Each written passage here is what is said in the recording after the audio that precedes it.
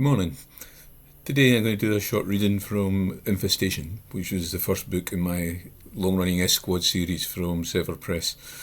It's always been selling well for me, and it's a good introduction to the series if anybody's interested. It starts with the squad heading for Baffin Island, where they're investigating a Russian ship in distress. In the short briefing he'd had back at base before leaving, the Colonel had told Banks they'd intercepted a garbled message from a remote settlement off Baffin Island, telling of a Russian boat in distress on its way to the north. The diplomat boys have been on the phone all morning. We've asked for first crack, and subject to a few dead sweeteners to keep the politicians happy, you got permission to go in for a look.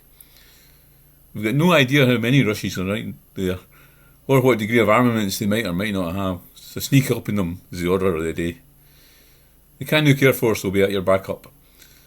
You got 24 hours after the drop to get a report back here, and if you don't, we'll send in the heavy artillery. It wasn't a particularly strange mission. Banks and the squad had worked similar jobs with tighter deadlines and worse conditions, but the torn and bloody walrus remains had sent a chill in his spine.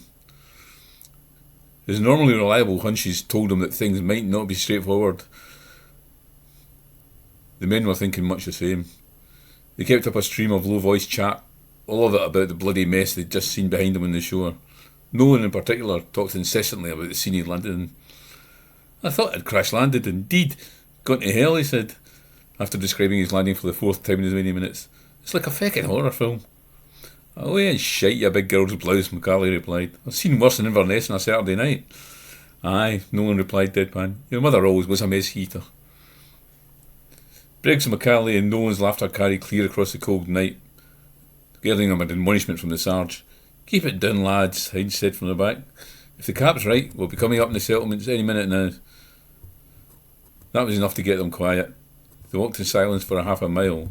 The terrain was easy going, hard-packed snow, only occasionally punctuated with icy rocks that they got round easily, and they made good time. Banks brought them to a halt when the Mac signalled from 10 yards ahead. Trouble up ahead us.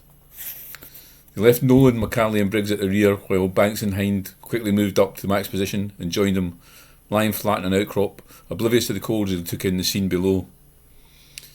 An Inuit settlement sat around a sheltered bay at the foot of the slope, or rather, what was left of it sat there. There had been 20 buildings or so along the shore. 6 of them were now little more than kindling.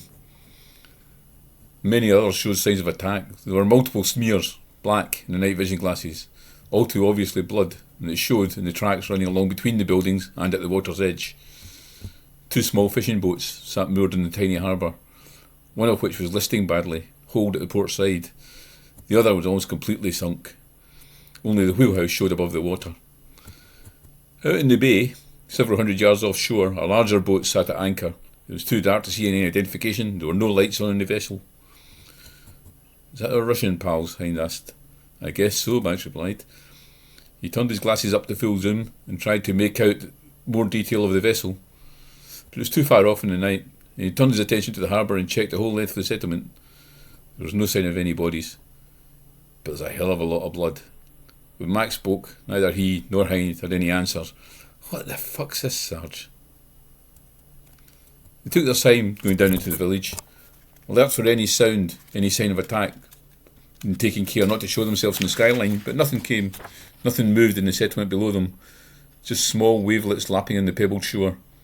The only sound was the crisp crunch of their feet in the snow, and Mac's muttered curses when he slipped and mostly fell.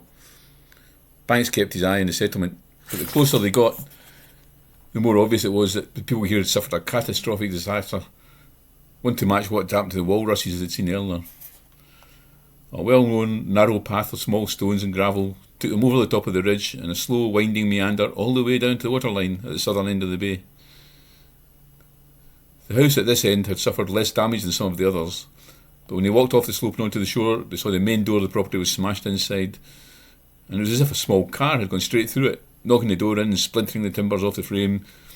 Blood smears, 3 of them, each a yard wide, emerged from the doorway and led from the house out across the path and into the sea. A child's boot sat there, bobbing half in, half out of the slush, and it was stained pink for 6 inches all around it. Banks, not wanting to ask his men to look at anything he wouldn't look at himself, stepped up into the house and approached. "Hello?" And then immediately felt stupid for shouting. It was obvious there was nobody home. The room was splayed with blood, as if a mad artist had been at work with a pot of red paint, splashing it across the walls, the furniture and the carpets. The power was out, but he didn't need extra lights. He could see enough in his goggles. There was no bodies, just the blood. But there was enough of that lying around to tell him that nobody had survived. There was a lot of blood which looked narrower than the other two streaks, and it led from an overturned cot in the corner. A child's cot. He could recreate the whole scene in his mind, apart from being able to picture what manner of beast might have been capable of this. Bloody neat bears if it's bears, he muttered to himself as he went back out to join his men. Hind and Mac were already investigating the next house up, but it had suffered the same fate. More evidence of a full frontal assault, more blood smears, 2 this time, leading back to the water's edge, where some torn scraps of bloody clothing were all that remained of what had been dragged off. Hind looked back at Banks and shook his head. He didn't have to say anything more. "Cap, what is this bollocks?" Nolan said, and Banks heard the tremor in the man's voice. He'd seen Pat Nolan stand up alone to a frontal attack of a score of murderous mounted men in Afghanistan, without flinching. Here he was, pale, trembling, like a frightened wee boy. "Handle, lad," Banks said softly. "This is a badging. It's an animal attack of some kind. It has to be." He patted Nolan's rifle. "Just point this at anything that shows up and fire until it goes away." Nolan managed a wan smile as Hind and Mac came back to them. "What the fuck's going on here?" Hind asked. Banks didn't have an answer beyond the obvious. "There's a Russian boat in trouble, and then there's all that fucking carnage. I don't know. I thought at first the walruses were a victim of a random animal attack. But I don't believe in coincidences. Eyes open, lads. We're in for a rough ride."